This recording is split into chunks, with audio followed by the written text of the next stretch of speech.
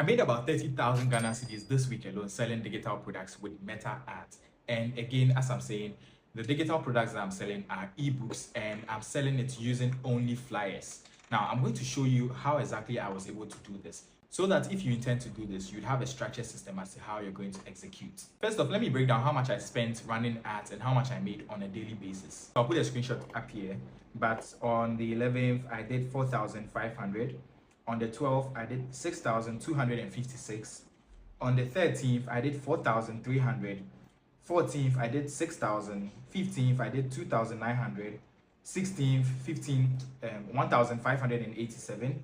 17th, I did 1,800, and then the 18th, I did 2,182, right? And now let's break down how much I spent on ads. For the entire week, I've spent $467.20 on ads, which is approximately, say, let me just use a rate of 12, right? So I'll multiply that, so 467.20 times 12, that is 5,606. So I spent 5,606 within this week to make approximately 30,000 Ghana Cedis. Now let me break down the whole concept to you. If you're going to be selling anything, right, whether it's a course or whether it's an ebook, it's a product, right? So this is our digital product. So digital product. We're going to need something to draw the traffic for us, and that is what we call our creatives. So here we can use flyers, we can use videos, we can use AI generated content, which is again videos. So this here would be videos of yourself, and then this here would be videos generated with AI. That is if you can make it as realistic as possible. So I was using this for the Faceless page, and then this for my personal page.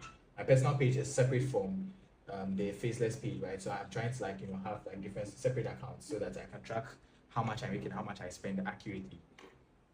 Then if you're creating the content for a brand, then it means that you are going to need a landing page, because you need that landing page to convince people so you can sell your product at a higher price, say 200 cedis to say 10,000 cedis plus, right? You need a landing page to convince them a little bit more. But if you are selling without a brand, then you don't necessarily need a landing page, so you can send people directly to their product page.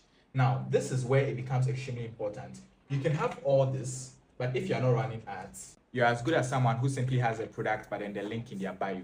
What we're now doing is that Meta ads becomes the engine for what we are doing.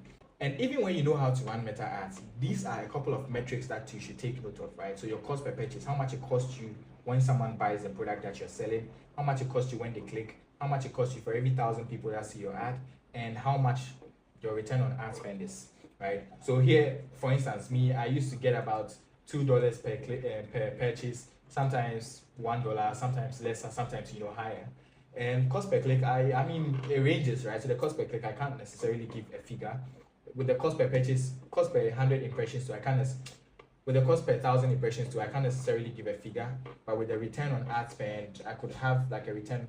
With the one I showed you, I had a return on ad spend of about 5x, right? So I spent 5,000 to make a profit of about 25,000, which is impressive if you ask me. So yeah, if you're going to be selling digital products, these are the things that you need to know, right? And if it interests you, I've gone a little bit more into details, and you can get the link in my bio, to start this whole thing, where with the course that I have created, right, with my personal course, I have taught you how to create the products, how to find the niche first, find niche, create the products, and run the ads. So it's a whole bundle offer that I have in the link in my bio.